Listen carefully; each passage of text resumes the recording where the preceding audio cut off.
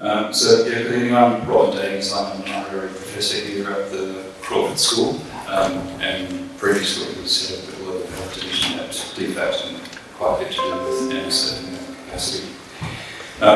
Given his schedule during this visit, we're quite lucky to have with us Dr. Christou, NSF's International President, together with Arunn, Jegan, his Australian-based colleague who's NSF's Humanitarian lead for Australia. So Christos and Arunn will be speaking and then taking questions.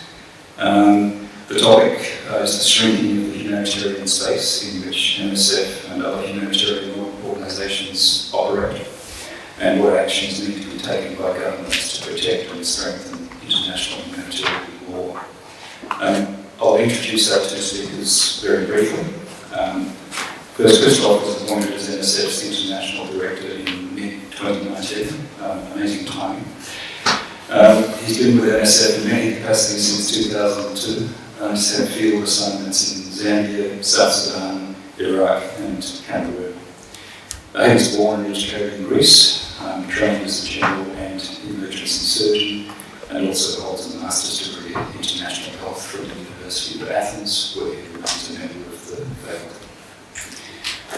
Arunn has worked as an NSF mission head and emergency coordinator in Palestine, Yemen, Syria, Venezuela and Bangladesh over a 15-year career.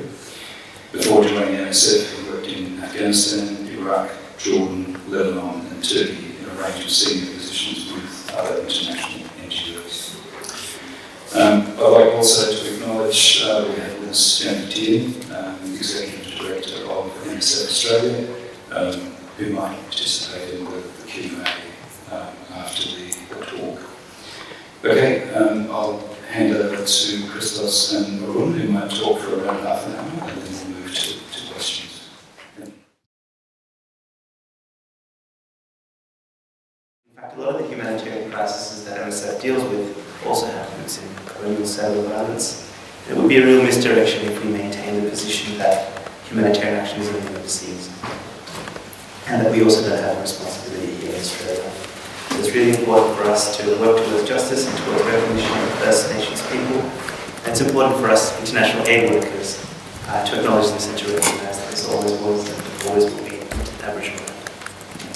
For myself, it's a real privilege to share the stage with you, Dr. Christos. You have the enviable task of leading our organisation, one of the largest charities in the world, coordinating medical, non-medical people across so many different offices, all the different branches, associations, and often trying to make sense of very divergent opinions and come together into a common and shared position. So today we really have the opportunity to go in depth onto some of the questions that I'm really feeling that are burning, and maybe many of you are as well, as we look at the state of this world. So thank you, Dr. Christos, for this opportunity. Shall we? So let's get right into it. We'll talk for about 30 minutes and then we can take some questions from the audience. So, it's 2024. It's been 4 years since the global pandemic, a real landmark moment in our history. The UN estimated that over 97 million people were pushed into extreme poverty as a result of that. Reversing some of the huge gains that we've made, I looked at some statistics today. There was 36% extreme poverty rates globally in 1990, and in 2019, prior to the pandemic, it was 9%. The gap between the haves and the have-nots have really increased. And whilst we've certainly seen less interstate conflicts, more civil wars and insurgencies have risen. So with record numbers of displaced people, refugees globally, we are facing some of the greatest humanitarian catastrophes and crises of our time. What is the state of the global humanitarian architecture responding to this, and how is MSF responding to these unprecedented humanitarian needs? Yes, you started actually unpacking the title of this event, which is indeed increased humanitarian needs, and while at the same time the humanitarian space has been shrinking a lot. What are the reasons? 3 key areas from my side, I think. And the top of the list is access. We struggle more and more to gain access to those that they need humanitarian assistance, to those most vulnerable, mostly marginalized. We cannot reach them, they cannot reach us. The second key area is the attacks in the medical and care, and the attacks in the humanitarian care as well, which is also linked to many other contexts that I hope we will have the chance to touch upon later. But we see that more and more as a practice also. That is something that MSF, unfortunately, during the last years, but of course within the 53 years in our history, we have experienced very painfully. What we see the last years, though, is unprecedented, it's unacceptable. The way that hospitals are treated, not anymore as those sacred places where everyone should have the right to seek for safety and to seek for care, for treatment. And the third area has to do with what we call criminalization or penalization of the humanitarian aid. I come from a country that we've seen that the last decade. I come from Greece. Greece became a place that was at least a transit point, the first point for many of refugees fleeing for safety from mainly the Middle East. And we know what does it mean to flee from those places, that our hospitals have been bombed, that there was no safety anywhere. So we understand why these people put their families, their little kids in risk. They put them in a plastic boat and they wouldn't come. So we see them getting drowned. And what we do as humanitarians is to offer them a helping hand. So we found ourselves several times being criminalized for that. And it's not just MSF, it's not just the Mediterranean, it's a pattern that we see in more and more places. I've been also several times in other very interesting contexts of migration, like in Darien Gap, and the Mexican US borders. It's the same. So I would say that these are the three key areas. It's access, it's attack, and it's criminalization of humanitarian aid. Yeah. No, I've certainly faced that as a head of mission in the field. I'm finding my job become ever more harder to do so. One of the things you talked about, we'll touch on it a little bit later, was the attacks on medical care. And it seems like there's, in some contexts, there's a systematic targeting of these things. So how do humanitarians operate in that space when it's so deliberate? But a question that I have for you is, how is MSF adapting to these big changes that you just mentioned? That's interesting, because indeed, when we go back and understand why we face these issues with access, we will see that an increased sovereignty of the countries, that they want to not just control the humanitarian aid, but manipulate it also. So maybe the answer there is how we ourselves go more close to the communities, how we do engage with the communities, and how we get rid of maybe an identity that we have that belongs in the past, and we become like a truly global organization. We started 53 years ago from Europe, a group of French doctors with journalists. Today, we're not this actually. We are a global movement, and we have to transform this organization. At the same time, and in order to do so, we need to empower more the people we have everywhere in the field, as we call it, the local staff. These are our ambassadors in what we do. These are the people that they can not only penetrate in all their societies, but they engage with them. And this will help us also understand better how to negotiate access and be there where we need.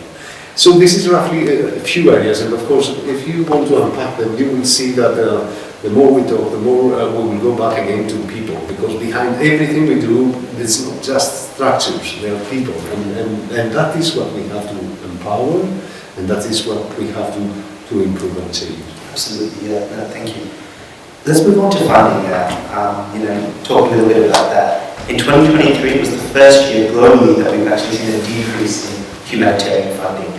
The gap between needs and financial commitment was $57 billion. This is the global humanitarian So with inadequate humanitarian funding globally, prioritizing which crises, which people receive and don't receive assistance is really often a political choice taken by large institutional donors. MSF, we're one of the few organizations, or the rare organizations that does not rely on this institutional funding, and as such we're incredibly really trained to be donor-driven. And in light of that, which crises does MSF identify as the most urgent and important for greater support from the international community? First, let me say that I really enjoy this privileged position that we have as MSF, to be sitting in front of other leaders of the world, or those that they represent, what we call donor countries, and to have a face-to-face discussion that has nothing to do with money. I'm not here to ask for your money now. I'm here to hold you accountable or show you how you may do better. And that's amazing, thanks to all these more than 7 million of individuals that they support MSF with their generosity. Which unfortunately is not the case with all other NGOs, with the UN agencies, and that's where the problem comes now, because indeed they have been seriously, very severely affected by the underfunding. We've seen that the last decade, but especially the last 5 years. And I've seen how this has a huge impact in several different prolonged crises, but also acute crises. And then just a few, Yemen. Yemen has been severely impacted by the cuts in the funding. What I saw in Chad is that there's no one there to provide the very basic things, the water. There is a latrine for 600, 700 people that was supposed to be on for 20. That shows that these agencies do not have the money. And I'm not saying that it's just about the money, but now simply talk about this. Any cuts of the funds have immediate and serious impact there where we are. And the list is endless. There are several different examples. So indeed, that's apparently where we may need to focus, and the role of an organization like MSF is somehow to find ways to communicate also with both the people, but mainly with the countries, and put them more in a position of responsibility, and it is their responsibility. Yeah, that's very right. And one of the focuses that MSF in Australia has been focused on has been the Rohingya crisis. It's something that's happened in our backyard, in our region, and that's really been, for us, a little bit of a priority for us here, because we all know the statistics: 1.2 million people living behind barbed wire fences in Bangladesh without the opportunity to work. Of the 500,000 children there, they're only allowed to study for 3 years. So really the very essence of these people's lives is really at stake. They're not, numbers-wise, they're not at risk of being exterminated, but in terms of their essence, their culture, their people, and them as the people, they really are struggling right now. And the conditions in the Rohingya camps, they're really far below the minimum standards, right? And I think you've also had some experience there as well. I do have, but of course, you know the context very well. That's what you said. And it is a combination, of course, of underfunding and lack of political willingness. That's right. We have to be very clear there. While at the same time, and back to what we said before about the financial independence and how important is it. I'm sitting with my peers, with other colleagues of UN agencies, and they show me their budgets, and I really get, shocked when I see how disproportionately this budget is allocated to different places. Just to give you an example, without naming the organization, but it has, let's say, 250 million in Ukraine, while at the same time they allocate only 8 million in Haiti. And you ask why?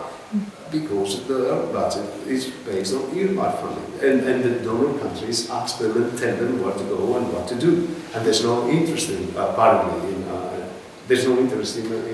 Haiti, but still, at the same time, it is a lot in Ukraine. And they are asked and they are obliged to absorb money in a specific context and neglect others. And they struggle themselves. They would like to be like that. So we come back to what we said about also Australia being a big donor country, I think. They have to look at this in a different way. That's right. It's also how we use the money is also very important as well. I mean, we look at the Rohingya crisis. Some of these people have been in these camps for 30 years. At least 800,000 have been there for 7 years. And it's, you know, we keep talking about inadequate humanitarian structures, not enough water, not enough food and all that. It's not that the aid system is failing, it's that it was never meant to last for 7 years. Humanitarians, we cannot be responsible for long-term solutions. We're simply not set up for that. And I think, you know, humanitarian responses, there always should be band-aid solutions. But now, you know, MSF is running hospitals for 10 years, 20 years in South Sudan, in Bangladesh, and I'm very proud of the work that we do. But what does that tell you? It tells you that the patient situations has not changed. And so, you know, looking back at the Rohingya, I think one of the things that we're trying to work with the Australian government on is looking at durable solutions for the Rohingya and really Australia taking a leadership position in this region. So, you know, we'll move on to the next topic, I think, because we've still got some issues to cover. But I think it's a good time for us to talk about Gaza now, because, you know, we talked a little bit about that shrinking humanitarian space. We talked a little bit about some of the challenges facing the humanitarian aid. And you mentioned attacks on healthcare is a huge threat to the humanitarian world right now. Look, it's been 8 months now since the October 7th attacks, and the one consistent message that we still continue to hammer out is that even war has rules. And this has been one of the fundamental pillars of humanitarianism. It's the reason why I feel like I can do my job. It's the reason why I can go overseas and have some level of safety and guarantee when leading teams and managing security to say that, no, these structures are protected, we will be okay. And even within the chaos of conflict, even within the chaos of war, there is some level of normalcy that can be adhered to. But we haven't seen that in Gaza.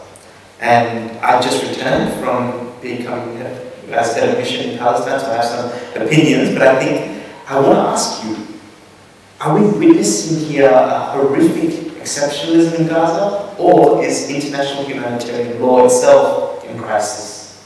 Right. Yeah. First of all, it's always a good moment to talk about Gaza. There are so many things that you can say and you can touch on analyzing this context in Gaza, especially in these last months. But since the beginning, it was obvious that it was a kind of exceptional crisis anyway. I mean, the level of disproportionality between the two, if I can say so, sides, the indiscriminate bombing of civilians, the unprecedented number of kids that have been killed, the massacres, and more and more. While the context was evolving, we saw siege, we saw complete blockage of the humanitarian aid, we witnessed malnutrition, forced starvation, and at the same time we have experienced several horrific attacks in hospitals. Hospitals that are either my colleagues, our colleagues, or health staff, that they do an amazing job, lost lives. And this is endless. We see that, and we see this pattern again, day, hospital by hospital. And this right moment, I think there are only very few out of the 36, I think must be less than 9 now that they are partially functioning. We see the violation of the IHL, as you said, the laws of war, no respect. But is this the law itself that we should blame and look at? Is it the tool that doesn't seem to work, or who makes the tool work or not? It's always the sides. So you would expect the respect, and of course, you would expect that there is an international community to hold them accountable. Yeah. And then that's where we need to focus. It's not about changing something because we see the situation is what it is. It's not about at this right moment We have to strengthen the IHL, and we strengthen it only by finding ways to hold them accountable. That's right. That's right. And I think, if we talk about what's happening right here, right now, for months we've been saying, the whole world's been saying, really, this Rafah offensive was a red line. It was a red line for NGOs, it was a red line for the US, it was a red line for proper backers of Israel to say that if action is being taken here, if a military action is going to be taken here, there'll be horrific humanitarian consequences. I even looked at it so far as saying that was humanity's red line, and that's been crossed. And I really feel like Israel's war on Gaza has been a real international stress test, from East-West relations, from highlighting global South, global North discrimination, the complete disregard of the IHL, and even the effectiveness of global systems like the UN, like ICJ and ICC. But now is not the time, as you have said, to erode those institutions. Now is the time to strengthen them. And I feel like that's really at the core of it right now. And I strongly believe, while it's easy to get lost in the noise, because there's a lot of complexities here, the biggest and boldest action states can really take right now is not to reverse all the gains that we've made in the last 200 years since IHL has been there. It's to really focus on IHL as a preventative, remedial, and protective framework, stopping the Rafah offensive, stopping the idea from continuing this assault.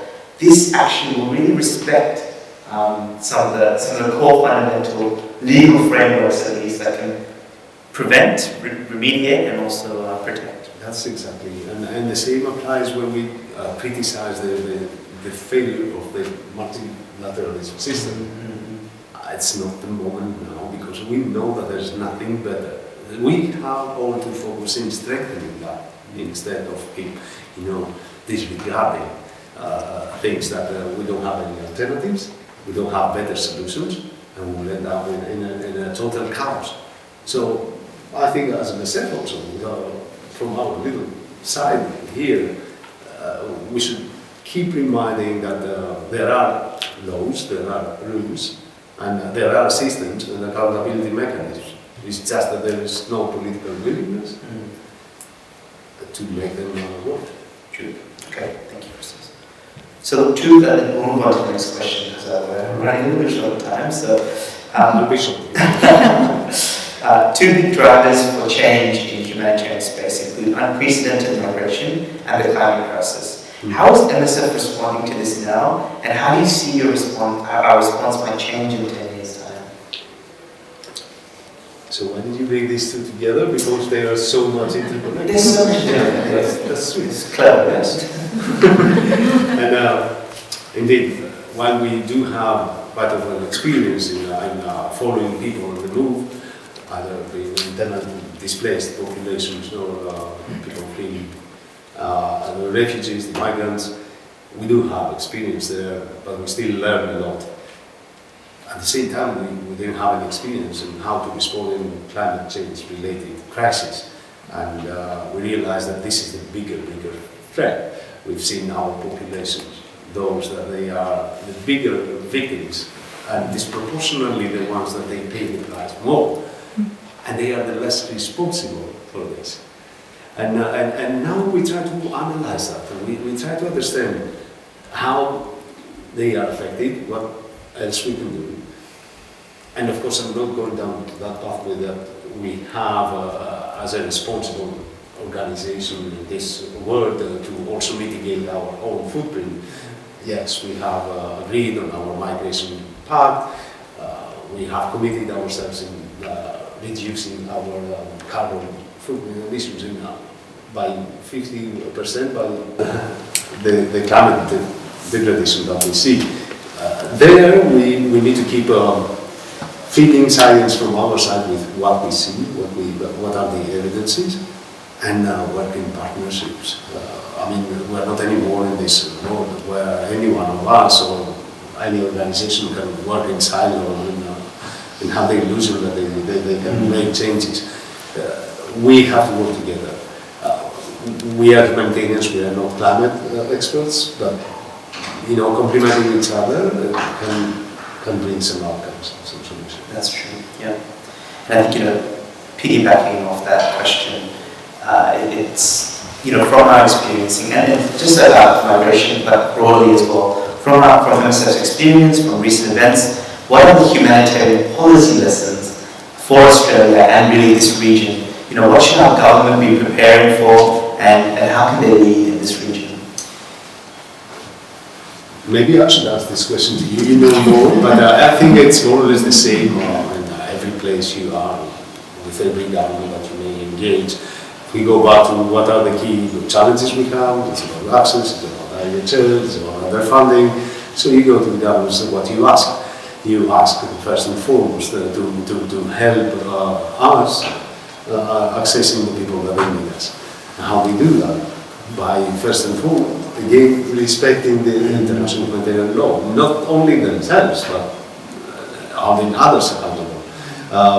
Be that in Gaza, be that in Sudan, be that in Myanmar, anywhere. And then you look at specific governments, specific states, that they may have more leverage, more influence in specific contexts. Myanmar, Australia, apparently. And you ask them to keep funding and increase the funding and the support to the NGOs and to civil society organizations, to United Nations agencies. These are the three key areas I would see, but maybe you have more in your mind. No, I think that's fair to ask me that question, actually. Yeah. But no, I think it's interesting. We look at Australia's foreign policy over the last, or humanitarian strategy over the last 10 years, and there's been a real shift. In many ways, firstly, the aid has actually decreased in real terms. And Australia took a real regional focused approach with the Indo-Pacific. And something that we've also noticed is that Australia has taken a real fortress type approach to humanitarian crisis. And I do think that this containment and security lens to what are essentially humanitarian problems, it's short-sighted. It doesn't live up to the values and the human values of respect and dignity that foreign aid, humanitarian aid should really hold up to. So, we're in a bit of a unique moment in history. I think we're at the crux of a technological leap. AI is now entering warfare, climate change effects are in full swing, massive international bodies like ICC and the ICJ are exercising their jurisdictions on Western allies.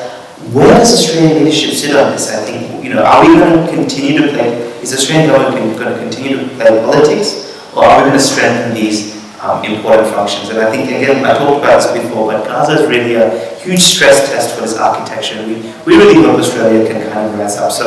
So far, to face this enormous needs, to face unprecedented displacement, refugee crisis, conflict, the international community and Australia really haven't provoked a policy response that's commensurate to those issues that we're facing. It's been Fortress Australia, Fortress Europe, Fortress US. Think about migration. Whenever there's a migration crisis, it's lock up your borders.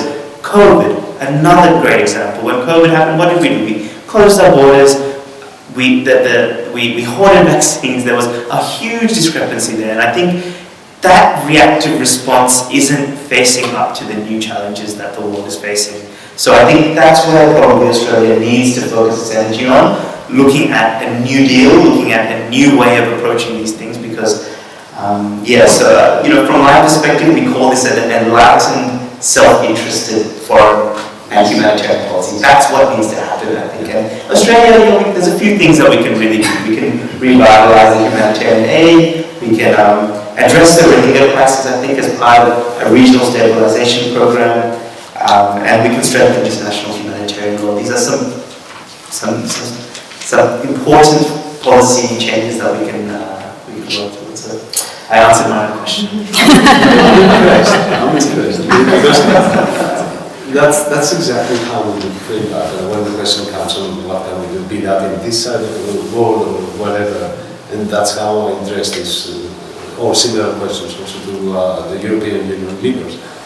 Because what we notice is exactly this self-interest, this bubble, this very short-sighted mind there, and of course deliberately they securitize the agenda. There is security on top of anything else. We live in a period of time now, in years that we have been dominated by right-wing narratives, by a lot of populism, demagogy, and insecurity helps there to them. So what is our answer? Yes, of course, open your mind, break this bubble. I mean, COVID should remind to us that no one can be safe unless we're all safe. And then what you need to bring in top of your agenda is not security, it's humanity. Exactly. So you've been international president for now 4 or 5 years, I think, and you're all involved in 5 years. You've got 1 year left to go. So my question to you is, my question to you is, what do you hope to leave as your legacy in that 1 year? Where do you hope that change can be made, and what do you wish for in the next 1 year? That's a lot. Let me start first by saying that, okay, yes, I know that leaders should leave something, but yes, and they do anyway, either they want or not. I think if we go back to what we said about the challenges we have all these years, not only MSF, everybody, accidents-related challenges, all the discussion we had. My priority now is again to bring back humanity in the top of the agenda.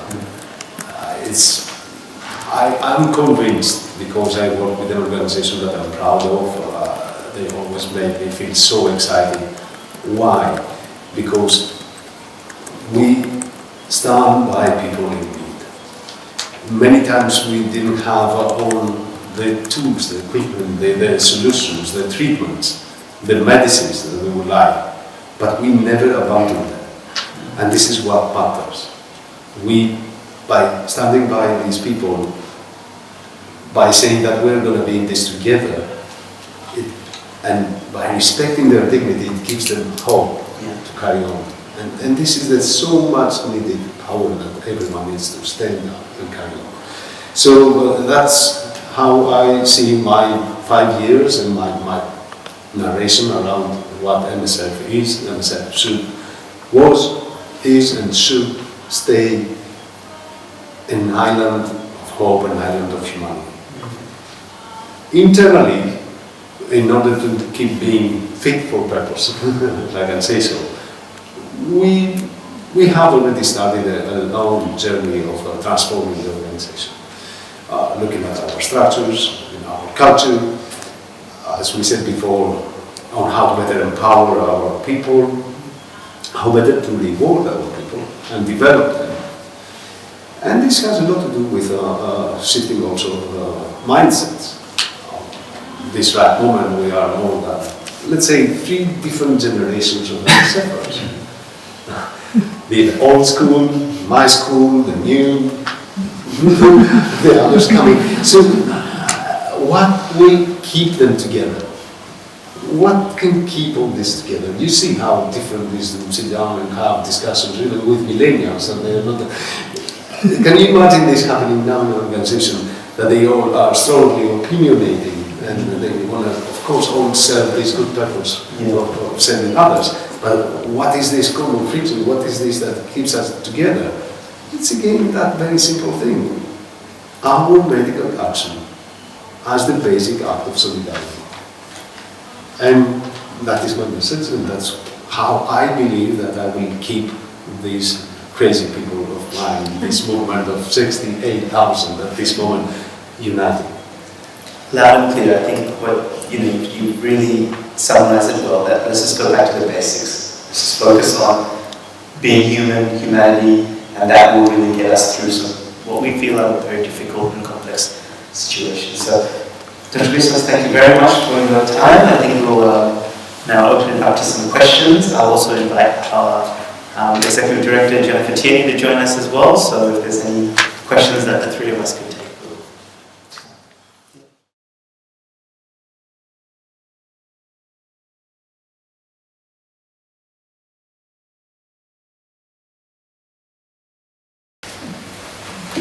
Yes, I will start, but you can take this because indeed also I acknowledge that these days PNG is in big trouble, and our minds and our thoughts are with the people there, the people that they are still struggling, but also the thousands of people that have been lost.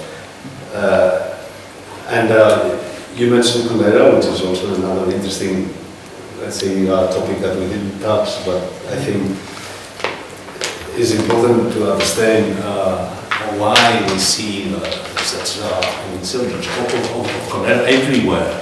I mean, at this right moment must be more than 23 countries in the world, and we already run out of the vaccines. There's not much development, there's not much alternative markets of vaccines. It's a huge challenge. But indeed, for us, it's again about deploying all our teams fast and be next to the people. We have emergency preparedness plans. We have teams that they are so familiar with these kind of outbreaks now, and we can be there the very first couple of days, which is important. That can prevent the spread, but this does not prevent also other outbreaks. And I'm really shocked to see that, as I said before, we have more and more contexts where we see cholera. So why? Because we don't have the basic sanitation processes anymore. And why? Because there is underfunding. Because of the very few latrines for many people, because of poverty, because we don't have the basics. People live in dire humanitarian conditions, not only in those crises that we are very familiar with, but in many other places in the world. I'm glad you had a positive experience about a quick cholera setup, because as Dr. Christos just shared, last year there were 29 countries that had a cholera outbreak. That is unprecedented. 16 of them were in Africa. So, as the world changes, we talk about these new crises, the spread of disease also changes, the pattern of disease changes as well. We're not just seeing that with cholera, we're seeing that with dengue and other things as well. But the quick answer to your question was why are we so quick to respond? It's decades of experience. It's decades of experience in running these teams, simulation practices, we have training courses and all that. But is our organization, is this response adequate to run programs in 29 countries? It's not.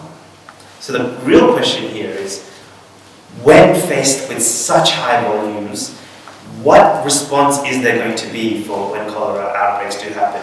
Well, we'll manage in the countries where we do manage and when emergencies do happen, we'll be able to respond, but that's a huge spread. We can't cover everything. Comments disabled, so people. Take another, thank you. Take another question. All right. Yes. And for people online, we just learned that the comments are disabled, so that's being fixed, so you'll be able to get into questions in a moment. Thank you very much for the talk tonight. My name is Ben, I'm a student here at ANU. I was just wondering, Arunn, you mentioned at the start 97 million people in poverty at the start of the COVID-19 pandemic. And when we're dealing with numbers of such a magnitude, I think the scale can be oftentimes hard to comprehend. Do you think that the way that crises are reported on and talked about is damaging humanitarian responses? And I guess particularly to you, Dr. Christou, do you think humanity could be emphasised more effectively?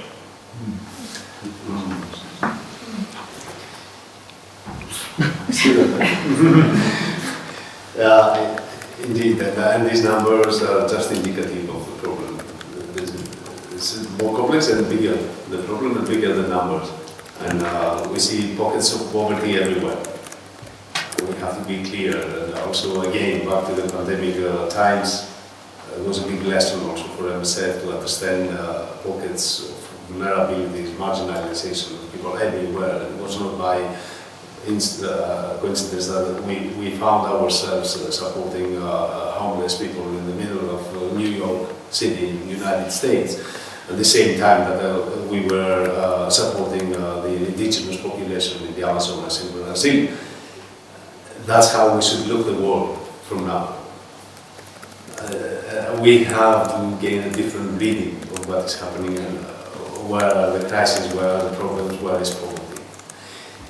And then if we do that, we can start thinking and understanding how we can emphasize humanity, because it will become not an issue of humanitarian organizations or those that they have a specific, let's say, mandate to address the urgent needs of the people. It will become an everyday issue for all of us. It has to be part of our living. It's about solidarity to others, it's about understanding the problem, it's about interconnecting and linking the dots. And at the end of the day, we will realize that if they are not doing well, we will not do well. That's how we can emphasize a little bit messages, if I understood well your question. Hi.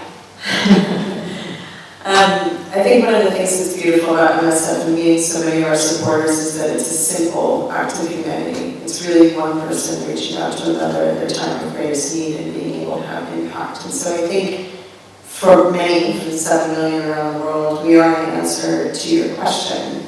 I think the fact is, however, we are pushing up against the limits of what we can do, because we're not seeing the structural change that's really necessary to sit above the problem. And I think if you think about Australia, cost of living crisis, the growing gap between our ability to be able to live in this country comfortably at a reasonable salary and not kill ourselves with the number of jobs, even worse in the US where I'm from, you're seeing that growing gap across the world.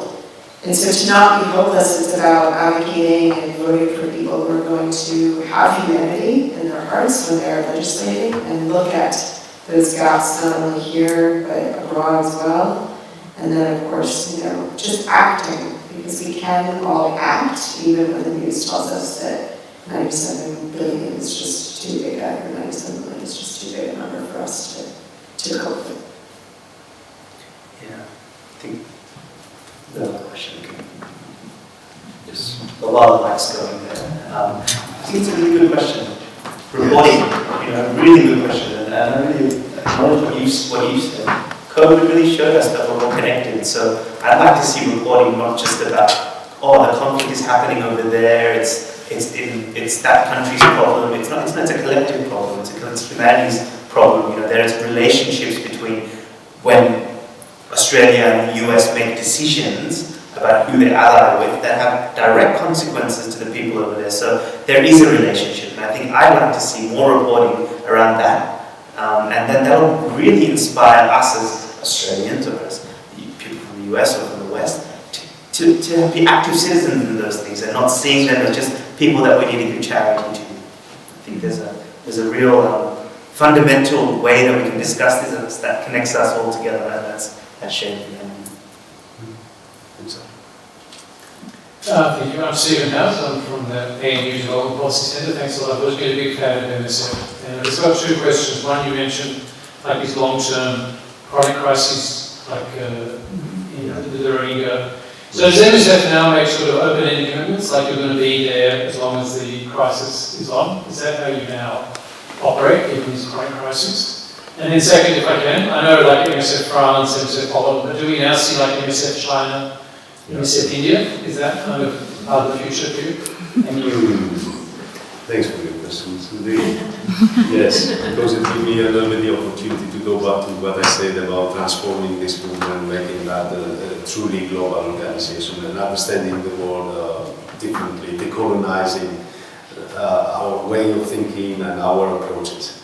So, to your second part of your question, indeed, we have been engaged with different sides of this world. We have now an institutional, if I can say so, footprint in different places that we wouldn't imagine many years ago.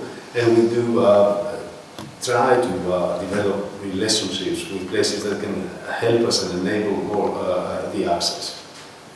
And this moment, of course, we do have even small but presence in Russia, in China, and in many other places that you can imagine. At the same time, on the question about can you remind me how you started your first part of the question about staying for long? If we choose, or if it is something that I mean, for us, there's no option. There's no other option. Many of the crises have become what we call protracted crises. Not always because they are neglected, maybe not, but indeed we find ourselves in contexts for more than even 40 years. And I've been in one of them, in South Sudan. Of course, South Sudan has a history of these days 13 years. It must be the youngest nation that we have. But we've been present, supporting these people since before, and we've been following them, and we see that there's such a slow, let's say, evolution and development of this nation. There's a protracted situation, a lot of problems, and they seem not to be able to recover. But we cannot leave. Of course, someone would say, can you start thinking differently? Can you start looking more from a developmental, let's say, perspective of what you can do? And that's where we come back and try to protect our own identity, which is just to respond to the emergencies. So in Sudan, it may sound a little bit paradox, but it's a kind of emergency for the last 40-45 years. And that is how we treat it, and that's how we can treat it as a medical humanitarian emergency organization. We would like to see more, we would like to see others working and having a different approach. But we don't see that. Next question. Jennifer, would you like to answer? Thank you. This is most enlightening conversation. My name is Vanessa Morris, and I work in the Department of Climate Change, Energy, Environment and Water in Canberra. And to go back to, I suppose, the first points you were making earlier in the conversation about how the political structures are leading to funding or I suppose defunding. You gave the example of the UK. I'm interested to know, the inevitability of refugees relating to climate disasters has been long known, long forecast. There's no surprises for anybody who's paid attention. How is that playing out politically in terms of the shifts we're seeing in the dynamics of political priorities in key countries at the moment? And the second part of that is, what can middle countries like Australia be doing to try to be a greater influence? Yes. What we see, as you said, is quite dystopic. We will see that people will keep being left behind. And it seems that this is a kind of political choice, where to allocate our funds, whom to support, whom to just leave behind.